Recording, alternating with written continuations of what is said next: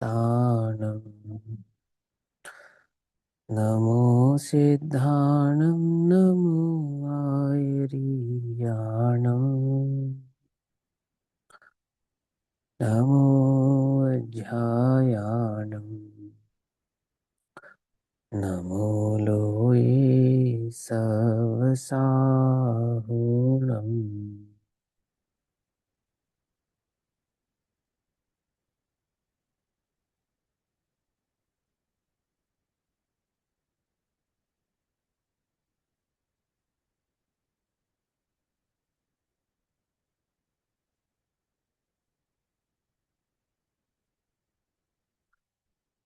मङ्गलं भगवान् वीरो मङ्गलं गौतमोगणी मङ्गलं कुन्दकुन्दार्त्यो जैनधर्मोऽस्तु मङ्गलम्। सर्वमङ्गल्यमाङ्गल्यम् सर्वकल्याणिकारकम् प्रधानां सर्वधर्माणां जैनं जयतु शासनम्।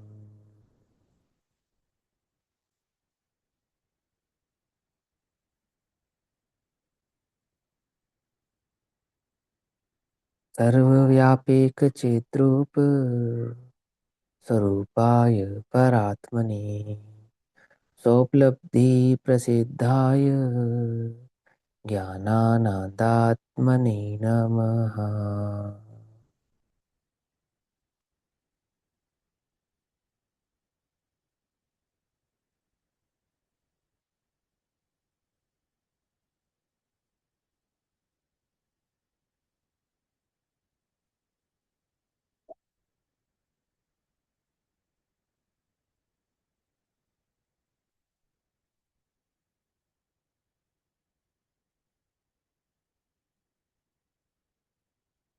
हमारा दोपहरकालीन स्वाध्याय का विषय चल रहा है श्री प्रवचन सारजी प्रमागम।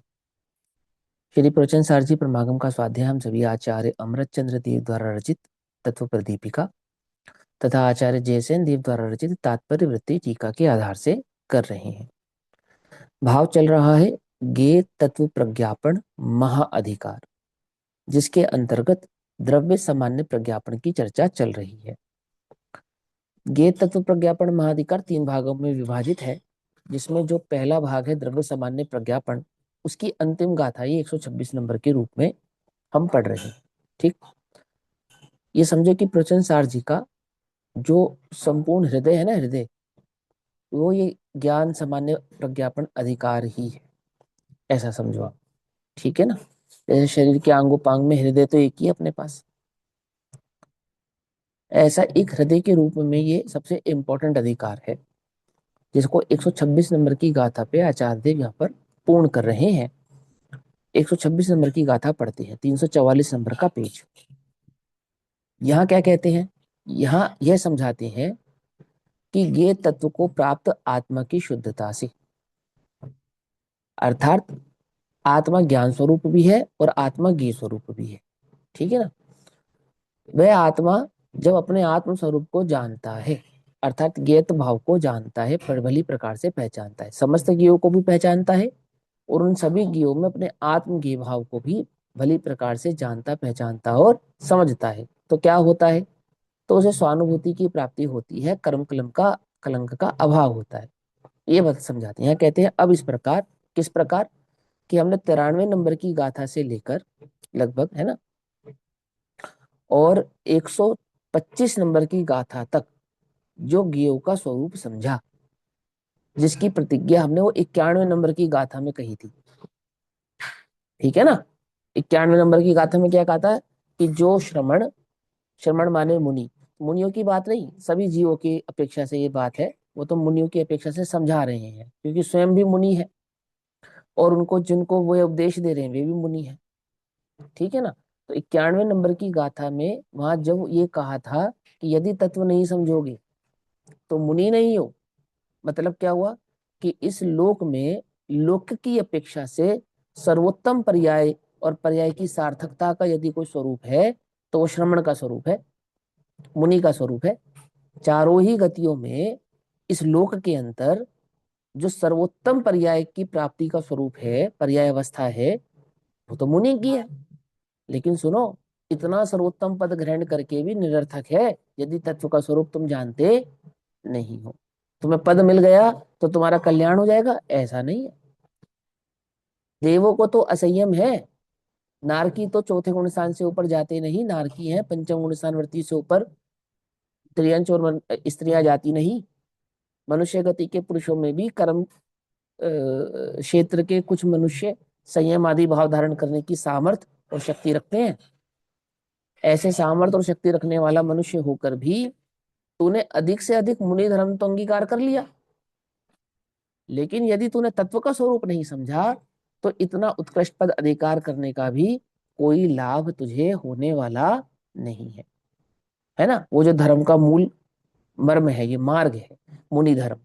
तो सुन, वहां कहते हैं अब इस प्रकार, किस प्रकार कि हमने वो जो तत्व की तुझे श्रद्धा करनी थी, जिसके बल पर तेरा मुनि धर्म सार्थक होने वाला था, वो जो तत्व हमने तेरे को अभी तक समझाया, 93 नंबर की गाथा से लेकर 125 नंबर की गाथा तक, ठीक है ना।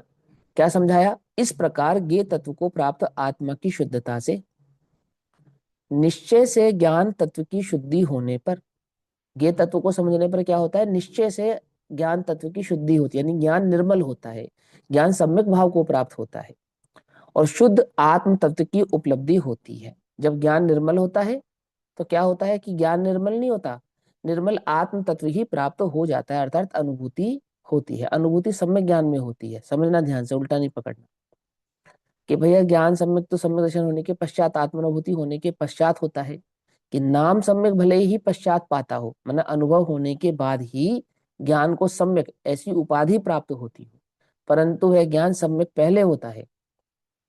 क्या समझे? है ना, अपेक्षाकृत बात है ना। अपेक्षा पहले वो वस्तु के स्वरूप को जो समझता है, जो उसके ज्ञान में भली प्रकार से वस्तु स्वरूप आया, समझ में आया, समझ ज्ञान ने जो समझा वो ज्ञान की निर्मलता ही है, और वह निर्मलता सम्यक दर्शन को प्राप्त करने का नैमित्तिक कारण हुआ, है ना। निर्मल ज्ञान से आत्मानुभूति की प्राप्ति होना ऐसा होता ही है। अब उसका अभिनंदन करते हुए द्रव्य सामान्य वर्णन का उपसंहार करते हैं। हम क्या करते हैं? उसका अभिनंदन करते हैं, अभिनंदन करते हैं, उसकी प्रशंसा व्यक्त करते हैं उस बात की, ओहो तुम्हें सम्यक दर्शन की प्राप्ति हुई है, समझे, तुम्हारा संसार सागर निकट आ गया है, सिद्धों की श्रेणी में अब तुम्हारा नाम आने वाला है, इस संसार के समस्त दुखों को तुम अभाव करने वाले हो। तुम्हारा ऐसा अभिनंदन हम प्रकट करते हैं, और साथ ही साथ इस अधिकार का, किस अधिकार का? ज्ञान ज्ञेय तत्व प्रज्ञापन महाअधिकार के अंदर द्रव्य सामान्य लघु अधिकार का, ठीक है ना, उपसंहार करते हैं। उपसंहार करते अर्थात समापन करते हैं। लघु संहार यानी लघु समापन भी इसको कहते हैं, क्योंकि अधिकार का समापन नहीं कर रहे हम यहाँ पर, अधिकार के अंदर आने वाले छोटे अधिकार का समापन कर रहे हैं, इसलिए उसको उपसंहार ऐसा कह रहे हैं। पूर्ण संहार कब होगा? जब ग्रंथ का समापन होगा, तब पूर्ण संहार होगा, ठीक है ना। तो यहाँ कहते हैं 126 नंबर की गाथा, 344 नंबर का पेज, कत्ता कर्णम कम्मम फलम च अपति निच्छदो समणो परिणमदि नेव अर्णनम यदि अपाणम लहति शोद्धम। अब आप सभी को स्वयंभू की गाथा तो याद है, स्वयंभू गाथा, स्वतंत्र षटकारकों की गाथा, अपने षटकारक अपने में होने की गाथा, पर से अपने षटकारक नहीं होने की जो गाथा थी, स्वयंभू गाथा। बस उसी षटकारक का यहाँ पर अवलंबन लेकर कहते हैं कि कर्ता भी आत्मा है, क्योंकि कर्ता स्वतंत्रता से कर्ता होता है, और कर्ण भी आत्मा है, क्योंकि कर्ण भी स्वतंत्र जो अपने को प्राप्त हुए, है ना, कर्म, कर्ता कर्म, कर्म क्या है? जो अपनी स्वतंत्रता से अपने को प्राप्त हुए, कर्ता को जो प्राप्त हुए सो कर्म होता है। तो अपनी स्वतंत्र योग्यता वाला जो करता है, अपने कर्म को स्वयं प्राप्त होता है, और अपने को स्वयं प्राप्त होने पर वह कर्ण भी स्वयं स्वयं ही कर्ण होता है। ऐसे कर्ता कर्म कर्ण और उसके फल के प्राप्त को भी वह स्वयं ही होता है। कर्ता कर्म कर्ण और फल को प्राप्त करने वाला आत्मा वह स्वयं ही है, और स्वयं वह स्वतंत्र रूप से उसको प्राप्त करता है। उसे बहुत ही सुंदर और न्यायिक ढंग से यहाँ आचार्य अमृतचंद्र देव हमारे सामने प्रस्तुत करेंगे। देखो क्या कहते हैं। दादा इस गाथा के लिए एक बात कहते थे, लगभग आज से, अभी सन 2026 चल रहा है ना, लगभग 10 साल पहले लगभग मैंने वो प्रवचन सुना दादा का, मुझे याद है बहुत अच्छे से। तो वो जो उन्होंने बात कही उसकी वजह से वो बात याद है, तो मैं तुम्हें बतलाता हूँ। 10 साल पहले दादा कहते थे कि 126 नंबर की गाथा है ना, तो 100 पंडित यदि पढ़ने बैठे तो 98% पंडित समझ नहीं पाएंगे। ये दादा कहते थे। क्या? 100 पंडित यदि पढ़ने बैठे तो 98, पंडितों की बात है, सामान्य जनों की बात नहीं। 100 पंडित पढ़ने बैठे, व्याख्यान करने बैठे, तो 98 पंडित इसका सही अर्थ और मर्म निकाल नहीं पाएंगे, कंफ्यूज हो जाएंगे, बिचल जाएंगे, इधर इधर क्या लिखा है क्या लिखा है, ऐसा हो जाएंगे। लेकिन तुम्हें ये बात अच्छे से समझ में आनी चाहिए कि कितने सुंदर तरीके से इसका उपसंहार आचार्य देव ने किया है, वो बात मुझे ध्यान है। और वहीं दादा ने समझे स्वयंभू षटकारकों की अपेक्षा से ही यहाँ कर्ता कर्म करण आदि की बात आचार्य देव न्यायिक भाषा से यहाँ इसकी टीका में कहेंगे। पहले गाथा पढ़ लेते हैं हिंदी में। कर्ता कर्म करण फल आत्मा ही है जो मुनि यह जाने। हे मनन करने वाले जीव, क्या? मुनि तो मुनि है ही, परंतु यदि तुम मनन करो तो तुम भी मुनि हो, घबराना नहीं। वैसा वाले मुनि नहीं, 28 मूल गुण वाले। यदि मनन करो सो, मनन करने वाले, तत्व को समझने वाले जीव मुनि। कर्ता कर्म करण फल आत्मा ही है, आत्मा स्वयं ही है। क्या है आत्मा? कि आत्मा करता है, आत्मा कर्म है, आत्मा करण है, और आत्मा फल है।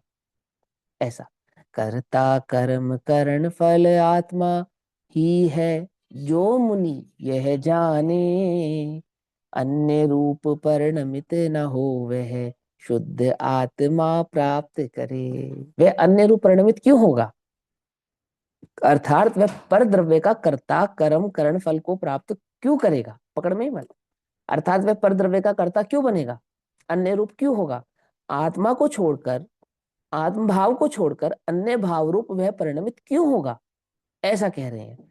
जिसको अपने स्वयं के स्वतंत्र कर्ता कर्म करण और फल की खबर है, वह ऐसा कार्य ही करेगा ही क्यों जिससे उसे अपना कर्ता कर्म करण फल प्राप्त ना होकर कोई विपरीत ही भाव प्राप्त हो, ऐसा क्यों करेगा? ऐसा कह रहे हैं, ठीक है ना। और यदि वो कर रहा है, इसका मतलब उसे अपने कर्ता कर्म करण और फल की खबर नहीं है। जीव मिथ्यात्व रूप परिणमित क्यों होता है? बोले अज्ञान के कारण होता है, सिंपल। कोई अन्य द्रव्य के कारण नहीं होता है, अज्ञान भाव के कारण होता है। पंडित टोडामल जी ने लिखा, जैसे कोई पागल किसी वस्त्र आदि को पाकर उसकी अनेक प्रकार की अवस्थाएं करता है, और आप ही हर्ष करता है, आप ही विषाद करता है। आपने अपने घरों में देखा होगा, छोटे बच्चे होते हैं ना, वो नींद में अपने बाल पकड़ लेते हैं, खूब जोर के पकड़ते हैं और खूब जोर के रोते हैं। देखा है? नहीं देखा? हमने तो देखा भैया, तुमने नहीं देखा? बच्चा अपने बाल पकड़ लेता है और रोने लगता है, और अब उसके रोन दुख का कारण सिर्फ इतना ही है कि उसने अपने बाल खुद ही पकड़े हैं और जोर से पकड़े हैं। और जितना वो माँ उसकी बाल छुड़ाने की कोशिश करती है, वो उतना और जोर से उसको पकड़ता है, समझे, और रोता है। ऐसी स्थिति होती है। मोमबत्ती जलती है, मोमबत्ती, तो बच्चे को चमकती हुई मोमबत्ती ऐसे लगती है कि ये पता नहीं क्या है, तो उसको पकड़ने दौड़ता है, समझे नहीं, और पकड़ लेता है और जो खूब दहाड़ा मार मार के रोता है। तो उसके जो दुख का कारण है, उसके जो रोने का कारण है, वो कौन है? मोमबत्ती या उसके बाल? वो स्वयं, वो स्वयं ही इस प्रकार रूप परिणमित हुआ है, ऐसे कर्ता कर्म करण को रूप परिणमित हुआ है, और उसके फल को भी प्राप्त हुआ है। ऐसे ही नो कर्म है, जलती हुई मोमबत्ती जैसे। क्या होता है कि जीव अपनी ही स्वयं ही उनकी ओर आकर्षित होकर उनको पकड़ता है, झपट्टे मारता है, समझे नहीं समझे? और क्या होता है कि फल को प्राप्त होता है, अर्थात दुख को प्राप्त होता है, संसार संसरण, इस संसार रूपी दुख को प्राप्त होता है। आई समझ में मत? ऐसे यहाँ कहते हैं, और जो ये बात जान गया, क्या जान गया? कि मेरे कर्ता कर्म करना और फल को प्राप्त करने वाला मैं स्वयं हूं, और मेरे कर्ता कर्म करण और फल क्या है उनका स्वरूप यदि भली प्रकार से जो मुनि जान गया तो अन्य रूप परिणमित न हो वह शुद्ध आत्मा प्राप्त करे, अर्थात आत्मा के शुद्ध भाव को वह प्राप्त करता है। ठीक। अब क्या कहते हैं अन्वयार्थ, यदि श्रवण कर्ता करण कर्म और कर्मफल आत्मा है, कर्ता आत्मा है, करण आत्मा है, कर्म आत्मा है और कर्मफल आत्मा है, ऐसा निश्चय वाला होता हुआ, तो निश्चय षटकारकों को समझता हुआ, आ गई बात समझ में, क्योंकि उसने पूरे द्रव्य के स्वरूप को समझा है ना, द्रव्य के सत्य लक्षण को समझा है, उत्पाद व्यय को समझा है, द्रव्य को समझा है, उत्पाद व्यय ध्रुव सत्य लक्षण को समझने के बाद गुण गुणी के अभेद भाव को समझा है, और इतना समझने के बाद द्रव्यार्थिक न्याय प्रयार्थिक न्याय से वस्तु व स्वरूप को भली प्रकार से जानने के बाद अब वो इस नतीजे पर पहुंचा है कि एक द्रव्य दूसरे द्रव्य का कर्ता होता नहीं है ना, मेरा परद्रव्य के साथ पृथकत्व और अपने गुण पर्यायों के साथ अन्यत्व भाव है, और अन्यत्व होता हुआ भी वे पर्याय मेरे से अनन्य ही है, ऐसा परिणमन स्वरूप को भली प्रकार से उसने समझ लिया, पहचान लिया।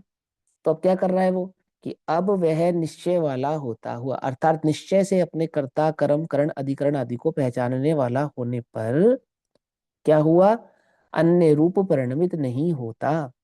तो अन्य रूप परिणमित नहीं ही हो तो वह शुद्धात्मा को उपलब्ध करता है। निश्चय से समझ लिया, निश्चय से समझने के बाद अब वो कर्ता कर्म करण रूप पर के कर्ता कर्म करण रूप परिणमित ना हो तो क्या होगा, तो उसके फल को भी प्राप्त होगा। पकड़ में, बात नहीं पकड़ में, तो क्या है उसका फल, कि शुद्धात्मा उसका फल है, ऐसे अपने शुद्धात्मा भाव रूपी फल को भी प्राप्त होता है, ऐसा। अब इस पर आचार्य अमृतचंद्र टीका करते हैं और वहां उसका मर्म समझाते हैं। 345 नंबर का पेज। भाषा भी सरल है और टीका भी सरल है, ठीक है ना, बस हमारा प्रमाद ही उसे कठिन करे तो करे, अन्यथा नहीं है। ठीक।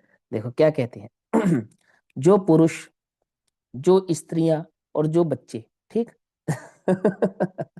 पुरुष माने जीव, तो जो जीव यानी जो पुरुष, इस प्रकार, तो टीका में उन्होंने मुनि शब्द ना इस्तेमाल करके जीव शब्द का इस्तेमाल किया, पुरुष शब्द का यूज किया।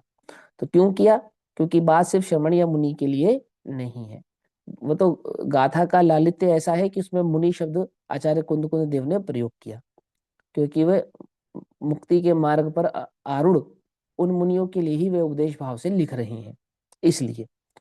लेकिन वो समस्त संसार के समस्त जीवों के लिए ही बात है। तो जो जीव इस प्रकार, किस प्रकार, जैसा हमने पूर्वगत गाथाओं में कर्ता कर्म करण और फल को समझाया उस प्रकार, कर्ता करण कर्म और कर्मफल आत्मा ही है, यह निश्चय करके, अब ये निश्चय करना पड़ेगा। अब तुम्हें मोक्ष मार्ग समझा रहे हैं, समय सारजी वाला मोक्ष मार्ग यहाँ समझा रहे इस गाथा के अंदर, ध्यान से समझना। कर्ता कर्म अधिकार पढ़ा आपने, कि हाँ हमने पढ़ा है, और पुण्य पाप अधिकार की वो भी पढ़ा है, और संवर आश्रम आदि पर अधिकार वो भी पढ़ा है, और मोक्ष अधिकार की वो भी पढ़ा है। पूरा समय सार आपको इस गाथा से समझ में आना चाहिए। क्या कहा, समझ में आई बात।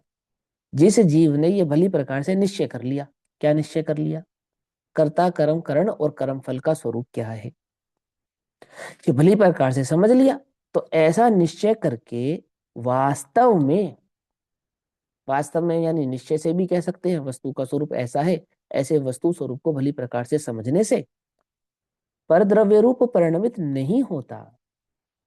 बोलो भैया, समय सार का आत्मा पर द्रव्य रूप परिणमित होता है या नहीं होता है कि दो बातें कही उन्होंने वहां पर, अज्ञान से होता है और स्वरूप से देखने पर नहीं होता।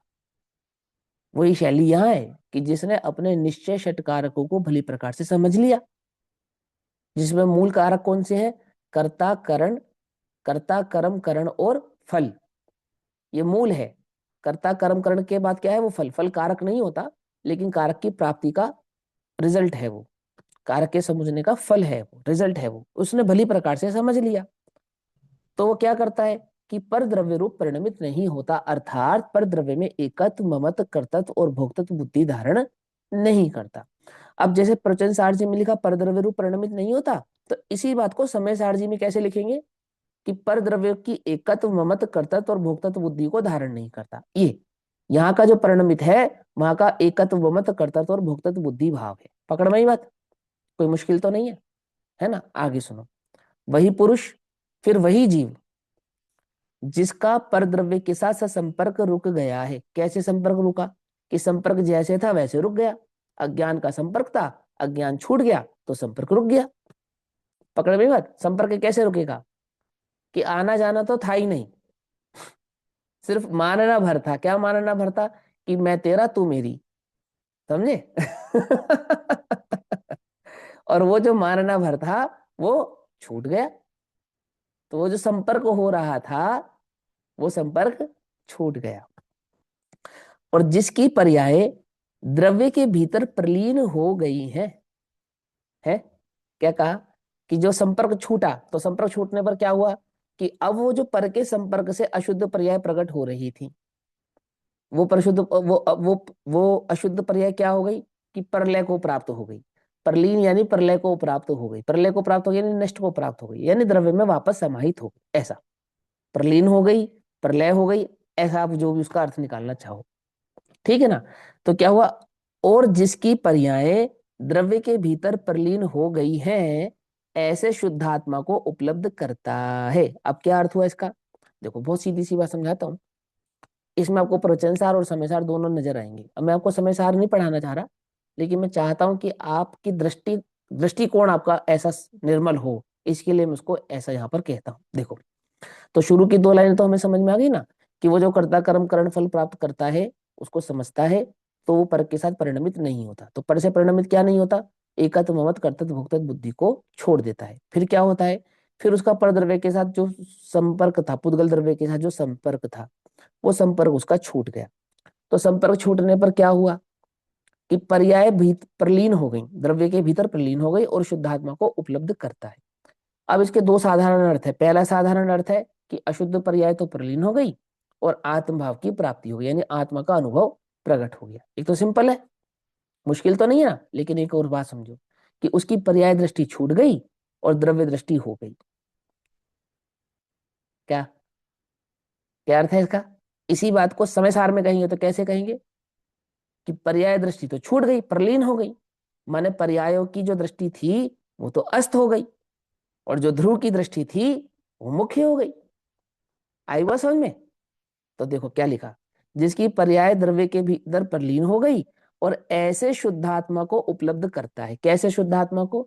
जिस शुद्धात्मा की पर्याय द्रव्य में प्रलीन हो रही है, अर्थात पर्याय स्वयं द्रव्य स्वरूप हो रही है। अथवा यूं कहो कि पर्याय दृष्टि तो छूट गई और द्रव्य दृष्टि हो गई। क्या लगता है सरल तुम्हें? जो तुम्हें सरल लगता है वो ग्रहण कर लो, एक अर्थवाची है। आई बात समझ में? नहीं समझ में? मुश्किल तो नहीं लगा? या लगा? होता है चले ना, आगे? हाँ पर्यायों बोलो। के पास देख ले आप स्वयं भगवान। हाँ हाँ, पर्यायों के पार देख ले, आप स्वयं भगवान है रे। तो कौन सी पर्यायों के पार देखूं? कि हमने तुमसे गुण पर्याय की बात की थी कि हाँ, द्रव्य पर्याय की बात की थी कि हाँ, समन जातीय द्रव्य पर्याय की बात की थी कि हाँ, इन सब के पर एक ध्रुव की बात की थी नहीं की थी कि हाँ, वो ध्रुव को देख ले। समझ में आई बात? तो जिसकी पर्याय द्रव्य के भीतर प्रलीन हो गई है, अर्थात जिसमें पर्याय तो गुण हो गई है, ऐसे शुद्ध आत्मा को उपलब्ध करता है। ऐसे शुद्ध भगवान आत्मा की दृष्टि वह करता है। सिंपल। परंतु परंतु परंतु अन्य कोई पुरुष ऐसे शुद्धात्मा को उपलब्ध नहीं करता। लेकिन लेकिन सुनो, कह रहे क्या? ऐसा कोई पुरुष आत्मा की के अनुभव को प्राप्त नहीं करता। कैसा पुरुष? तो वो कैसा पुरुष है उसका स्वरूप समझाएंगे अब यहाँ पर। आत्मा को कौन प्राप्त नहीं करता? आत्मा के अनुभव को कौन प्राप्त नहीं करता? आत्मा की उपलब्धि किसको नहीं होती? किसको नहीं होती? कि इसको नहीं होती। इसी को स्पष्टतया समझाते हैं। किसको नहीं होती आत्मा की उपलब्धि? किसको नहीं होती? उसका स्वरूप स्पष्टतया समझाते हैं। तो समझाओ प्रभु। तो अब उसका स्वरूप समझाएंगे 3 प्रकार से, 4 प्रकार से। कर्ता प्रकार से, कर्म प्रकार से, करण प्रकार से और फल प्रकार से। ऐसे ऐसे 4 प्रकार से उसका स्वरूप समझाएंगे। किसका स्वरूप? जिसको प्राप्त नहीं होता है। फिर इन्हीं 4 प्रकार से उसका स्वरूप समझाएंगे जिसको प्राप्त होता है। आई बात समझ में? तो जो कर्ता का विपरीत भाव होगा उसका सम्यक परिणाम क्या होगा वह समझाएंगे। ऐसे कर्ता के बाद करण का, कर्म का, कर्म के बाद करण का और करण के बाद कर्म फल का। पकड़ में ही बात? तो उसको स्पष्टतया समझाते हैं। अब स्पष्टतया कैसे समझाते हैं सुनो। जब अनादि सिद्ध पौद्गलिक कर्म की बंधन रूप उपाधि की निकटता से उत्पन्न हुआ। अब देखो, सबसे पहले जीव का पुद्गल के साथ जो बंधन है वो कब से है? अनादि से है। ठीक है ना?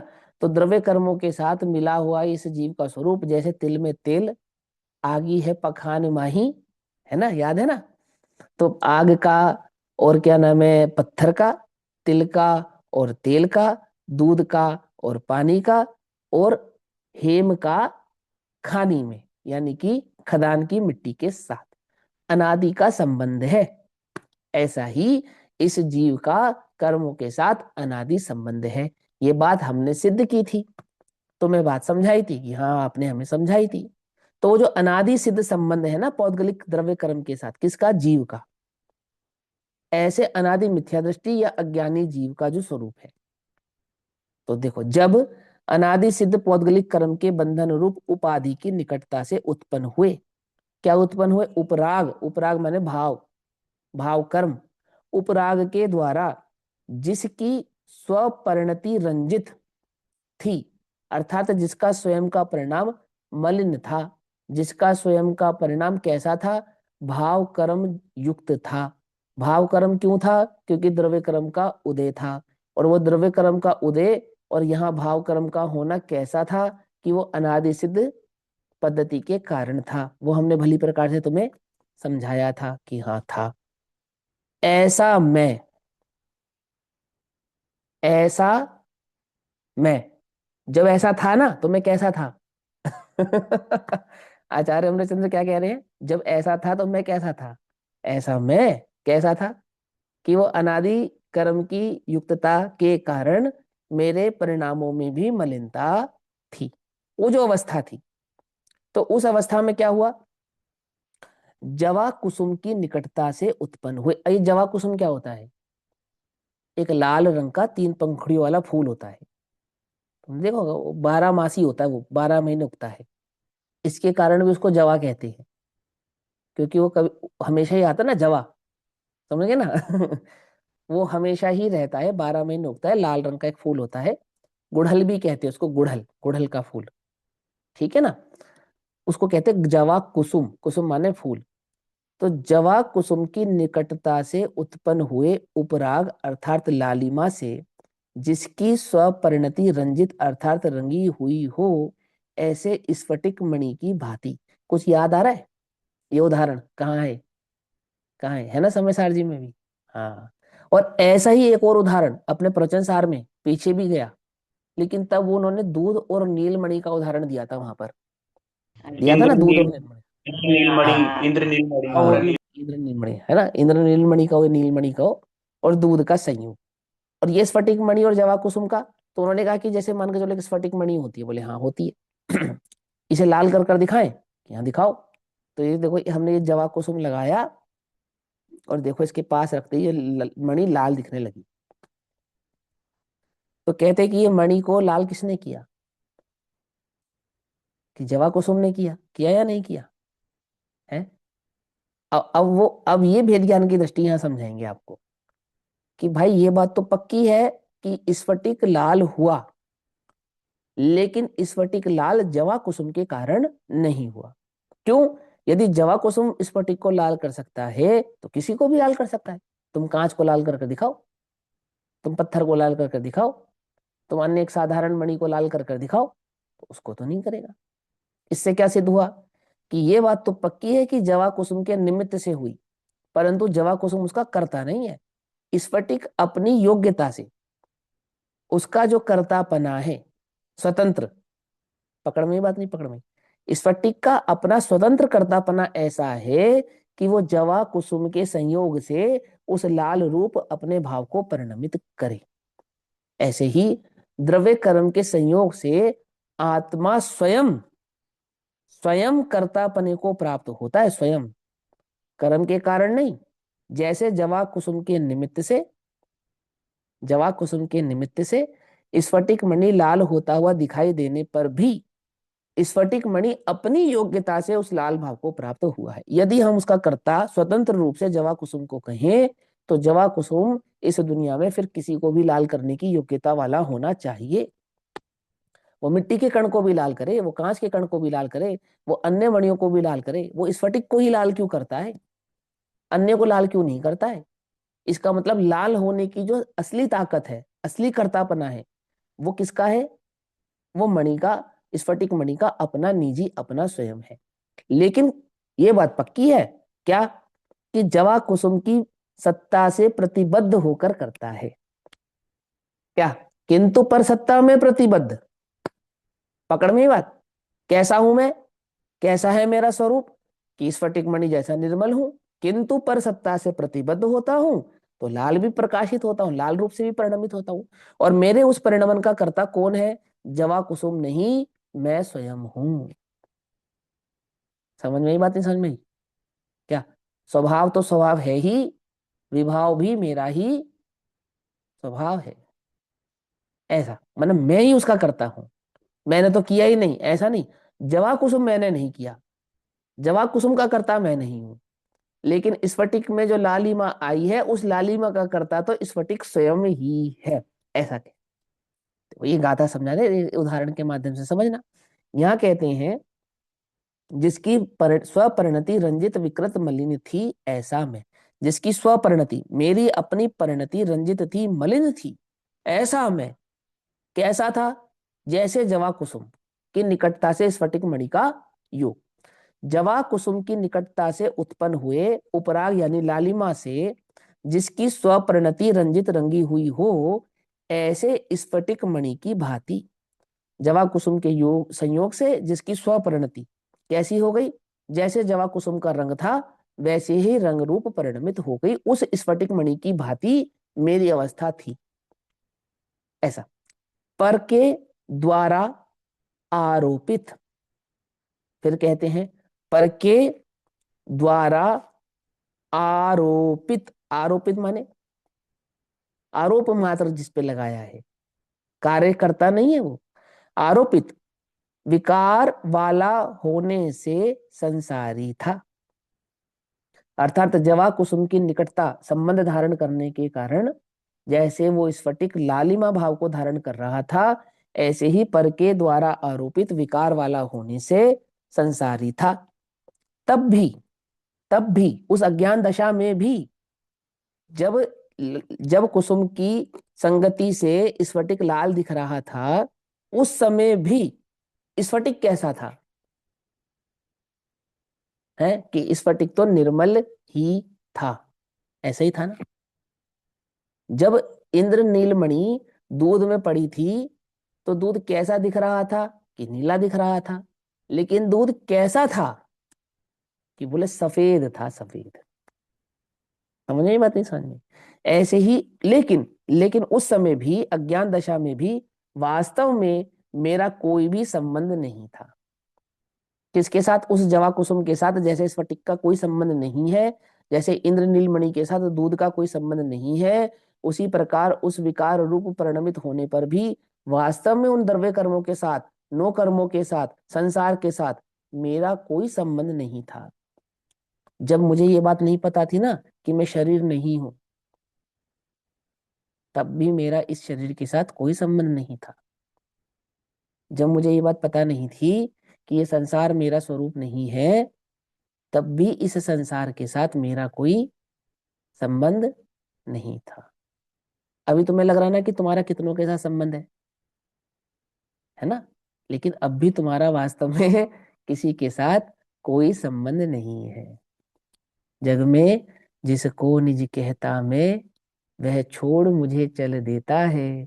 मैं आकुल व्याकुल हो लेता, व्याकुल का फल व्याकुलता है।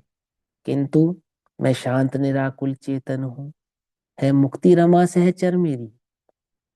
समझे? ये बंधन तड़ तड़ टूट पड़े, प्रभु सार्थक फल पूजा तेरी। बात तो सच्ची ये है। अभी तुम्हें लग रहा है कितनों के साथ तुम्हारा संबंध है, और किसी के साथ नहीं। अपनी मेहनत की कमाई के साथ तो हमारा संबंध है ना।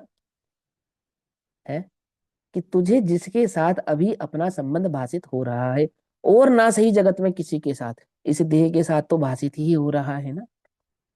मैं हूं वास्तव में, क्या कहते हैं, देखो वास्तव में मेरा कोई भी संबंध नहीं था।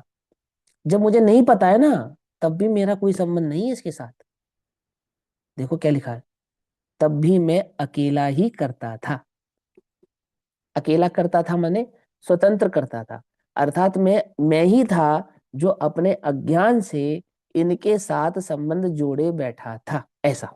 इन समस्त पर पदार्थों के साथ जब संबंध हो रहा था, तो वे पर पदार्थ भी मेरे साथ संबंध कर रहे थे या नहीं कर रहे थे?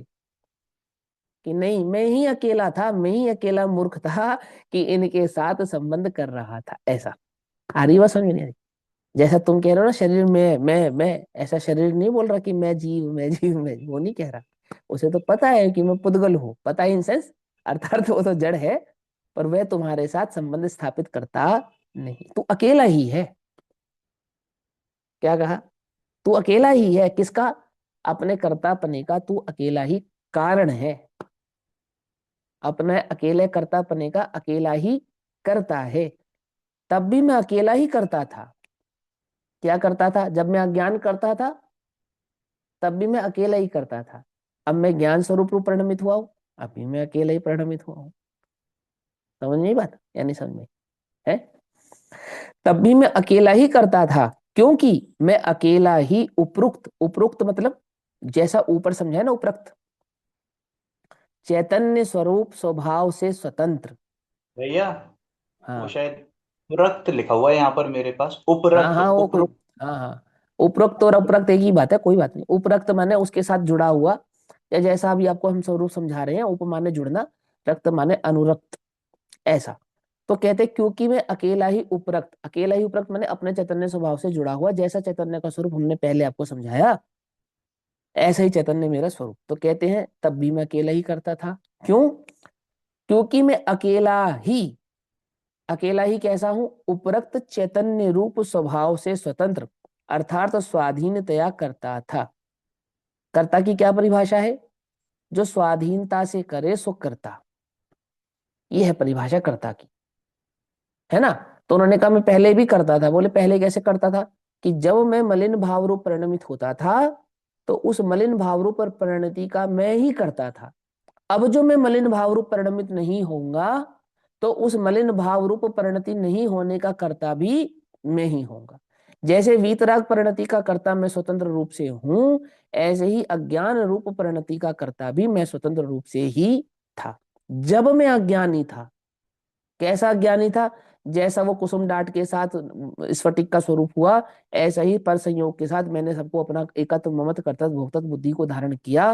तो किसके कारण किया? किसने करवाई वो बुद्धि मुझे ऐसी? किसने किया मुझे ये अज्ञान? कि किसी ने नहीं किया। मैं स्वतंत्र रूप से ही अपने आप ही उसका कर्ता बन रहा था। आ रही है बस समझ में? पागल की भांति आप ही हर्ष करता है, विषाद करता है। कहते हैं क्योंकि मैं अकेला ही उपरक्त चैतन्य रूप स्वभाव से स्वतंत्र। कौन से चैतन्य स्वभाव से स्वतंत्र? उपरक्त माने पर के साथ जो जुड़ा हुआ। देखो यहाँ पे उपरक्त का एक अर्थ और समझाता हूँ। विभाव भाव, वो किसका स्वभाव है?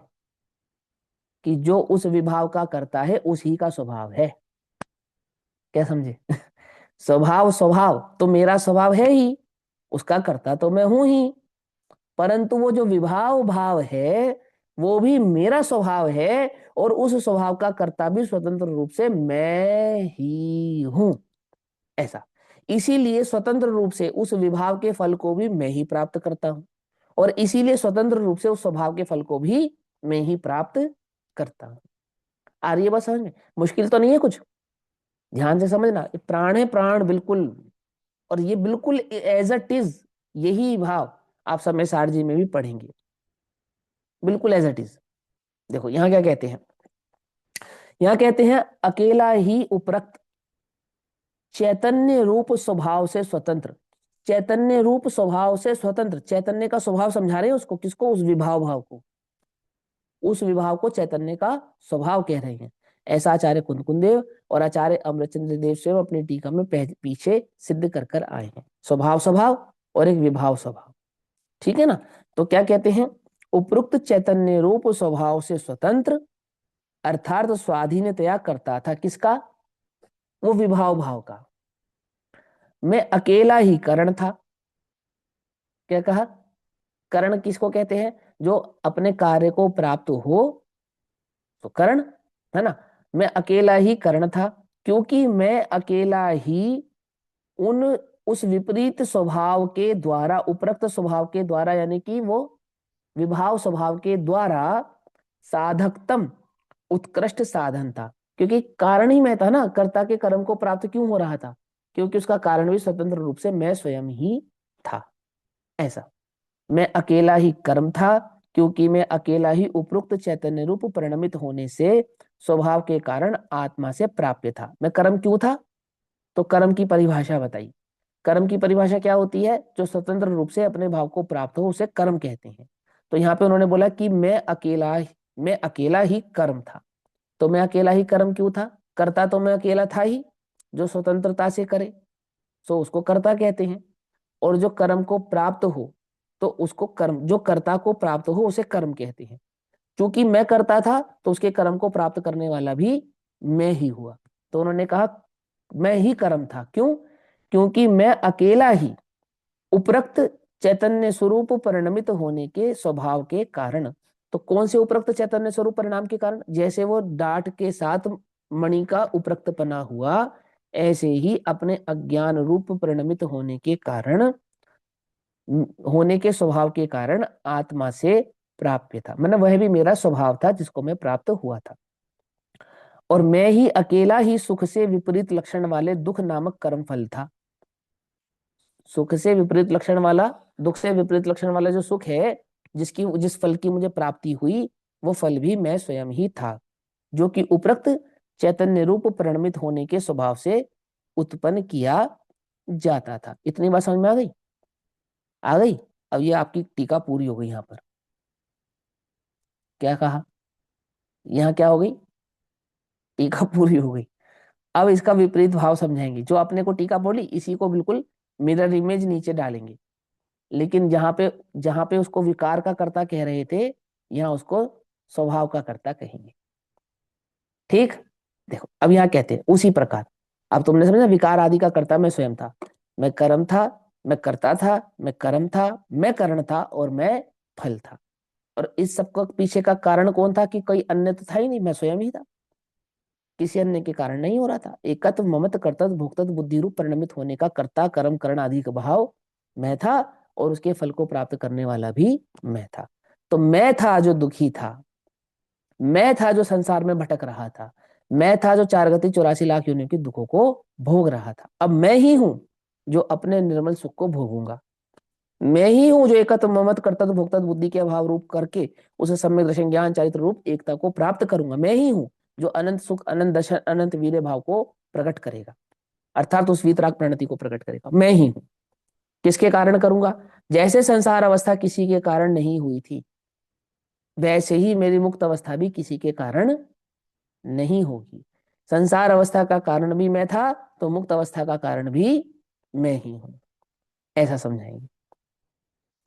तो समय सार में इसको कैसे कहा? कि जीव कर्म से बंधता नहीं है। क्यों? जीव कर्म का करता नहीं है और कर्म जीव का करता नहीं है। ये बात समझाई नहीं? समझे? कहा ना यहाँ पर कि द्रव्य कर्म के कारण मैं संसार में नहीं था। 8 कर्मों ने मुझे संसार में नहीं रोका था, वो मुझे 4 गति 84 लाख योनियां नहीं देते थे। और 9 कर्म और शरीर आदि की प्राप्ति, ये मेरा फल नहीं था। मेरा फल क्या था? मेरा कर्म क्या था? मेरा कर्म कौन था? कि मैं अपने अज्ञान से एकत्व ममत्व भोक्तव्य बुद्धि को धारण करके इस संसार की 4 गति 84 लाख योनियों में घूमता हुआ उसके फल यानी कि दुख को प्राप्त कर रहा था। तो मैं ही कर्ता, मैं ही कर्म, मैं ही करण और मैं ही फल था। यह मेरा विभाव स्वभाव था। क्या था? यह मेरा ही, मेरे द्वारा किया गया मेरा ही विभाव स्वभाव था। आ रही है बात समझ में? सरला आंटी समझ में आ रही है बात? मुश्किल तो नहीं लग रही?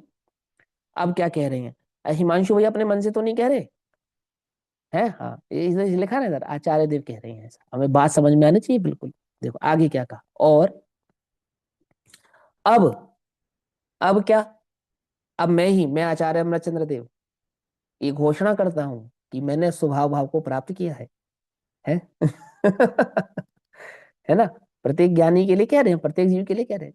अब ऐसे बिल्कुल एकदम अनादि सिद्ध पौद्गलिक कर्म के बंधन रूप उपाधि की निकटता के नाश से।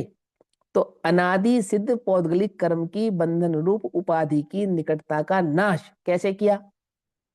कि जैसे निकटता की थी वैसे ही नाश किया। तो एकत्व मानता था, ये निकटता थी। एकत्व नहीं मानता, ये निकटता का नाश हो गया। तो एकत्व ममत्व कर्तत्व भोक्तत्व थी निकटता, और एकत्व ममत्व कर्तत्व और भोक्तत्वता की बुद्धि को त्यागा तो निकटता का नाश हो गया। आई बात समझ में? ऐसा नहीं है कि सारे तो संसार का त्याग कर दिया, अंत में देह बची थी तो सल्फास खा लिया क्या? ऐसे नहीं होता नाश कि अपने जिंदा में आग लगा ली। वो जो बुद्धि त्यागी है उसका नाम नाश है, और जो बुद्धि ग्रहण की है, एक इंद्रिय जीव है ना, वो परिग्रही नहीं है ना। वो तो तुम्हें समझ में ही नहीं आएगा, छोड़ो, ये समझो, तिर्यंच गति में जो जीव है तिर्यंच, वो परिग्रही नहीं है ना। क्यों? पांचों पाप है, पांचों। हिंसा, झूठ, चोरी, कुशील और परिग्रह, पांचों की है। चोरी भी, हाँ, हवा भी चोरी करती है, मालूम? हम्म। ये वस्तु से यहां से उठाकर यहाँ रख दी, ये तो तुम्हारे लिए चोरी है। वो जो जो तेरा नहीं है, उसमें जो अहम बुद्धि है, वो वास्तविक चोरी है। क्या? बोलो, जब तक पकड़े नहीं गए तब तक साहूकार, कहते नहीं कहते लोक में? क्या मतलब? चोर कौन है?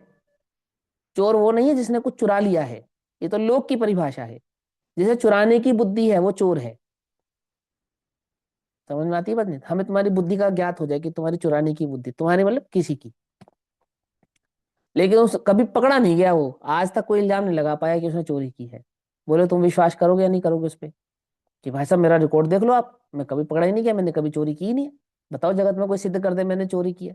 लेकिन हमें तो तेरी बुद्धि का पता है ना, हमें तो तेरी बुद्धि का पता है ना, हम तो तुझे चोर ही मानेंगे। ऐसा है या नहीं है? बोलो, क्या है चोर? जो तेरा नहीं है उसमें एकत्व भाव धारण करे वो चोर है। अज्ञानता ही हिंसा है, अज्ञानता ही झूठ है। पर आचार्य अमरचंद्र देव ने क्या कहा? पांच पापों में पाप क्या है? हिंसा ही पाप है, बाकी चार तो उसके विशेष हैं। हिंसा के विशेष क्या है? झूठ, चोरी, कुशील और परिग्रह, ये तो उसके विशेष है। और वो हिंसा क्या है? कि आत्मा में राग द्वेष मिथ्यात्व की उत्पत्ति ही हिंसा है। और वो राग द्वेष मिथ्यात्व क्या है? कि उसी राग द्वेष मिथ्यात्व को यहाँ एकत्व ममत्व कर्तृत्व और भोक्तृत्व बुद्धि से हम समझाते हैं। पकड़ में ये बात? मुश्किल तो नहीं? देखो यहाँ क्या कहा। अब अनादि सिद्ध पौद्गलिक कर्म के बंधन रूप उपाधि की निकटता के नाश से, जिसकी, किसकी?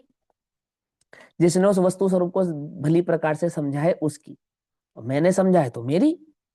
जिसकी सविशुद्ध सहज अर्थात स्वाभाविक स्वप्रणति प्रकट हुई है, ऐसा मैं।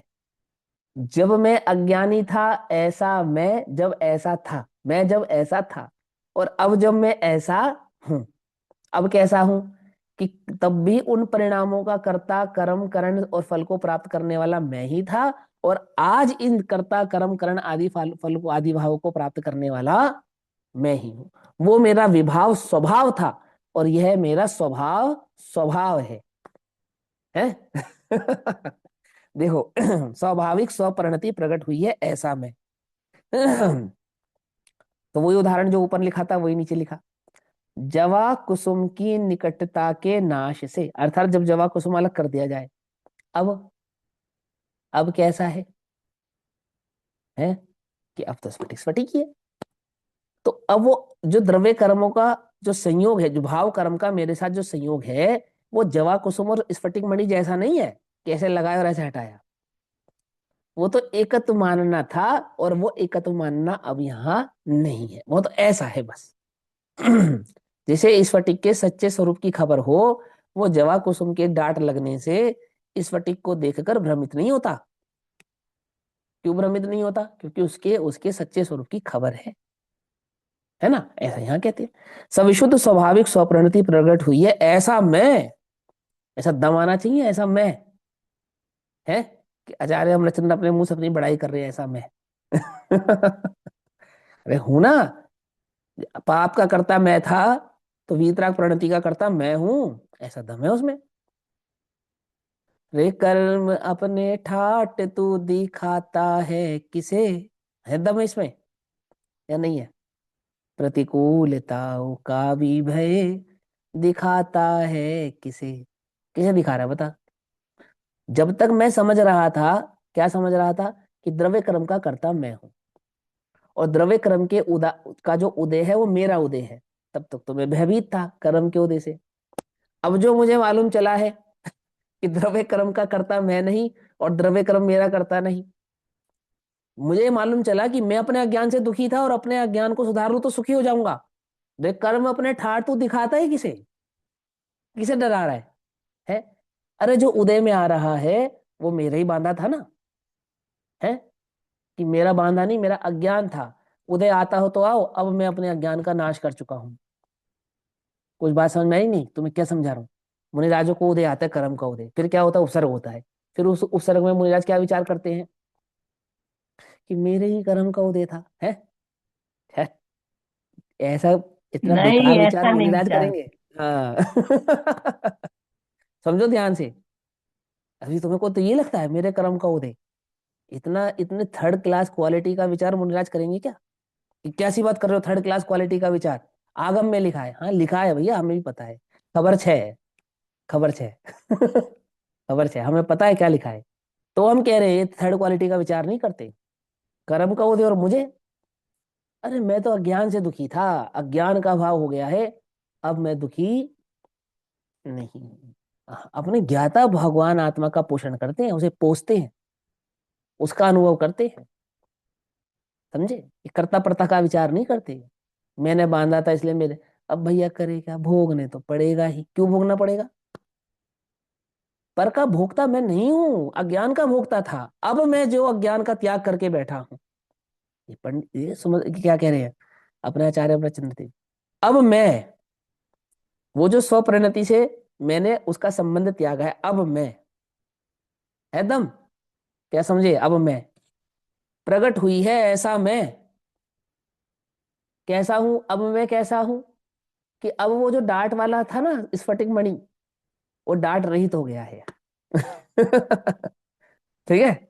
अब मैं जवा कुसुम की निकटता के नाश से जिसकी स्विशुद्ध सहज प्रणति प्रकट हुई है, हुई हो, ऐसे स्फटिक मणि की भांति, जैसे स्फटिक से डांट हटा दो तो स्फटिक कैसा प्रकट होता है? कि वो स्फटिक भाव को प्रकट होता है, ऐसा उसके जैसा मैं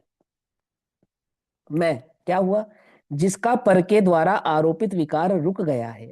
अब मेरी वो जो पर में एकत्व ममत कर्तव्य भुगतत बुद्धि थी, वो जो टूट गई है, टूट गई है। अब ऐसा होने से, हाँ क्या लिखा है?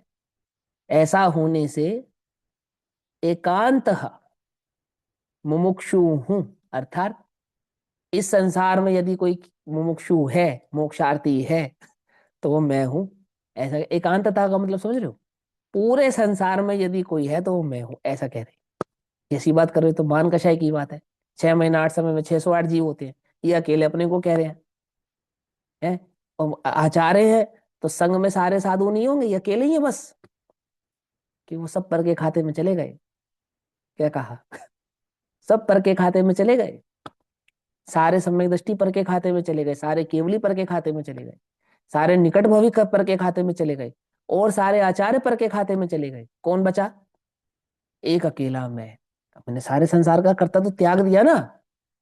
यदि अब इस पूरे विश्व में कोई मोक्षार्थी है तो कौन है? वो अकेला मैं हूं, जिसने उस एकत्व ममत कर्तव्य भोगतत बुद्धि का त्याग कर दिया। जिसने त्याग कर दिया वो अकेला, वो मैंने त्याग कर दिया, अकेला मैं। तुम क्या त्याग कर दो? तुम जो त्याग कर दे सो वो। कुछ बात समझ में ही नहीं? क्या कहा?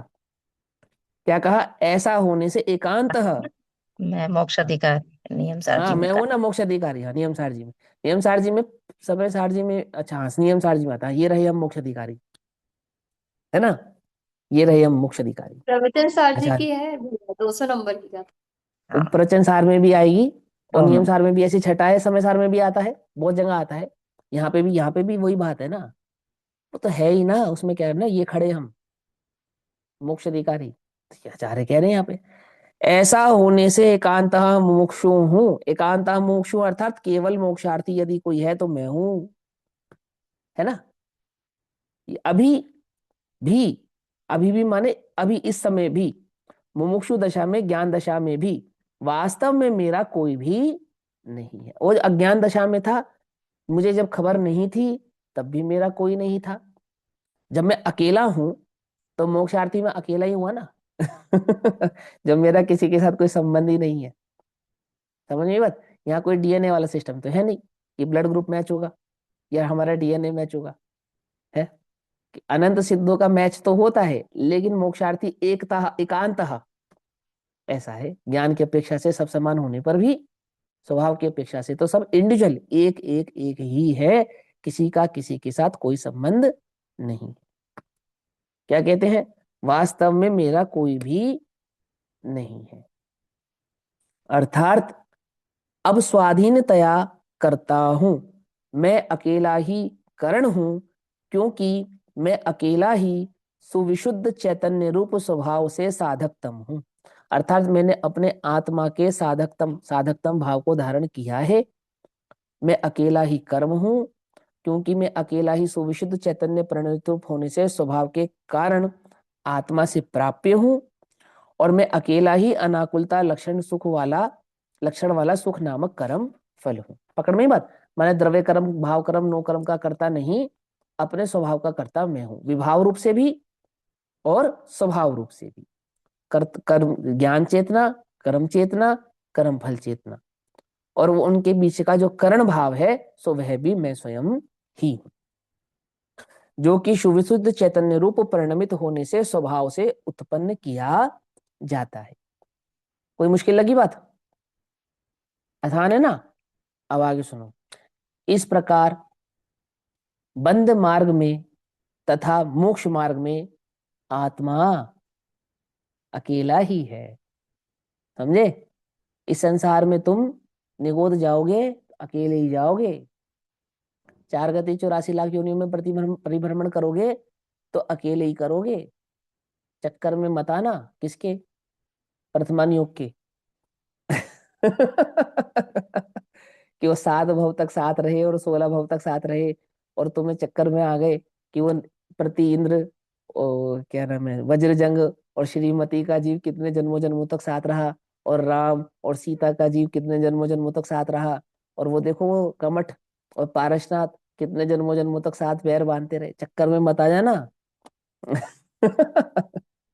समझ में आती? समझ उल्टा नहीं पकड़ना। क्या कहा? मैं इस संसार में बंध का कारक करण और उसके फल का भोक्ता अकेला ही हूं, और इस संसार से मुक्त होने में मैं वह अकेला ही हूं। क्यों?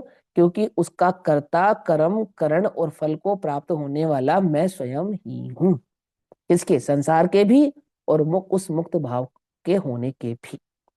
ठीक है ना? उनका कर्ता मैं हूं, उस कर्म के उन कर्म कर्ता के करण मैं हूं, फल को प्राप्त करने वाला मैं हूं, और भोग आदि भाव वाला मैं हूं। ऐसा कर्ता कर्म करण अधिकरण या को फल भोक्ता मैं हूं। इस प्रकार बंध मार्ग में तथा मोक्ष मार्ग में मैं अकेला ही हूं। ठीक है? गलत तो नहीं पढ़ा ना मैंने? हाँ ठीक है। इस प्रकार भोगने वाला, इस प्रकार भाने वाला यह पुरुष। भाने वाला मतलब, इस प्रकार भाने वाला यह पुरुष माने माने श्रद्धा करने वाला, इस प्रकार वस्तु स्वरूप को समझने वाला, इस प्रकार मनन करने वाला, बुद्धि लगाने वाला, प्रज्ञा लगाने वाला, वस्तु स्वरूप को इस प्रकार से विचार करने वाला, परमाणु की भांति। परमाणु कैसा? जैसे एक पुद्गल परमाणु होता है ना, कैसा होता है?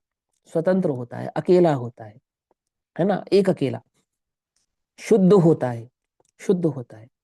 परमाणु की भांति एकत्व भावना में उन्मुख होने से, एकत्व भावना से उन्मुख होने में, जैसे एक परमाणु अपने अकेला है, शुद्ध है, ऐसा उस एकत्व भावना में उन्मुख होने से। कैसी एकत्व भावना में? एकाकी एकत्व लिए सभी आते, है ना, तन को साथी समझा था, पर वे भी छोड़ चले जाते।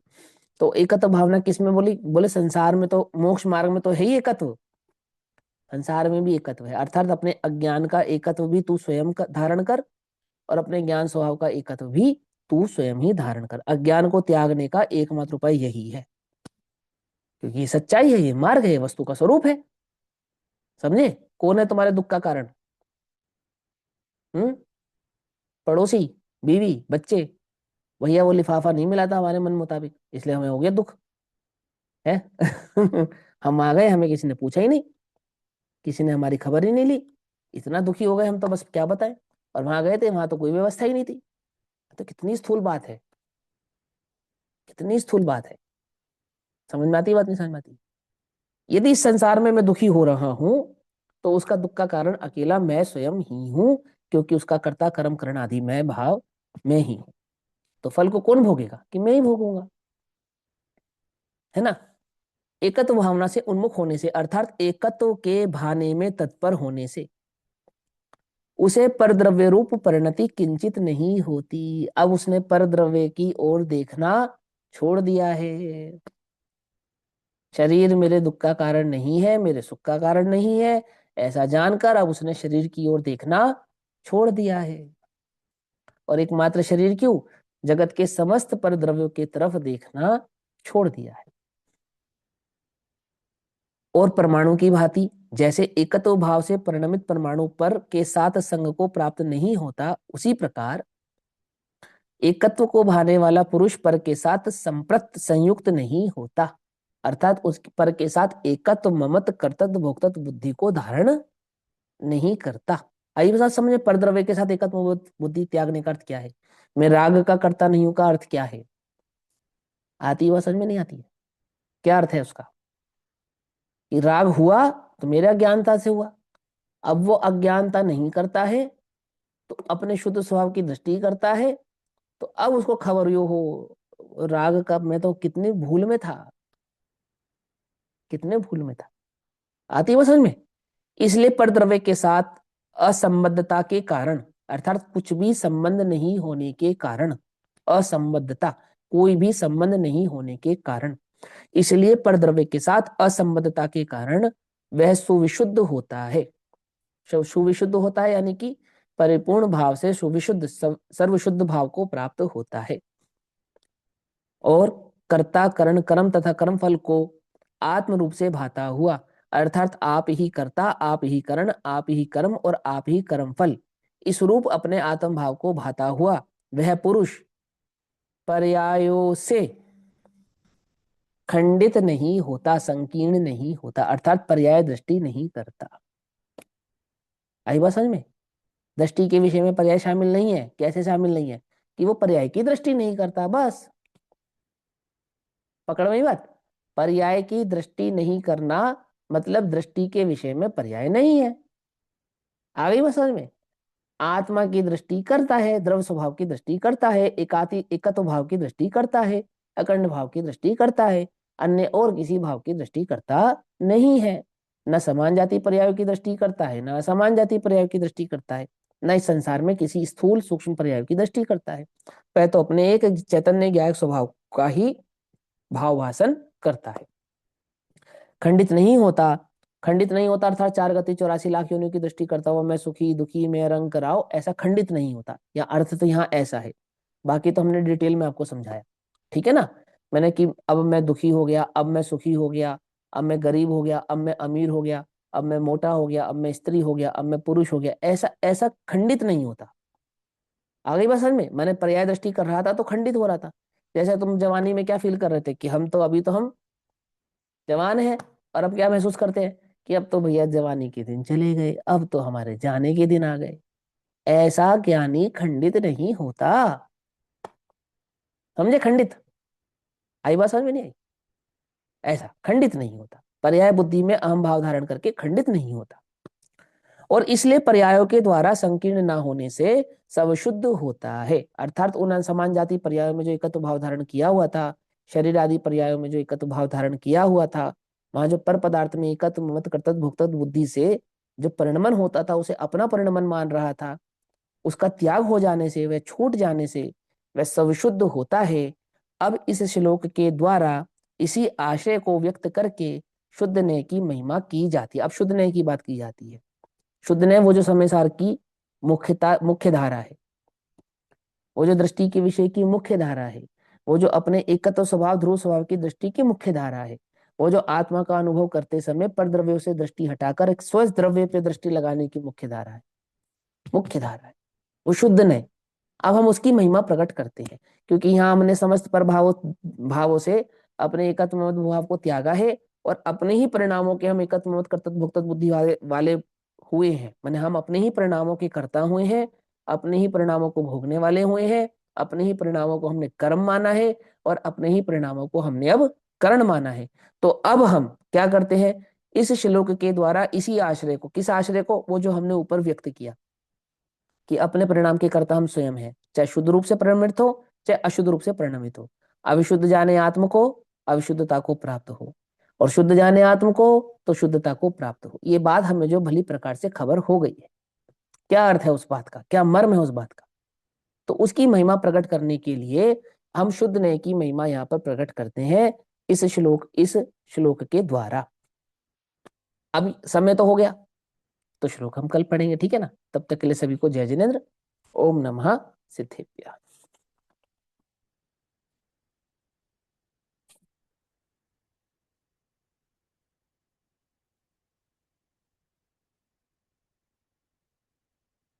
निज निधि निज में बताई, यह अनंत उपकार है, उसके लिए जनवाणी माँ को वंदना शत बार।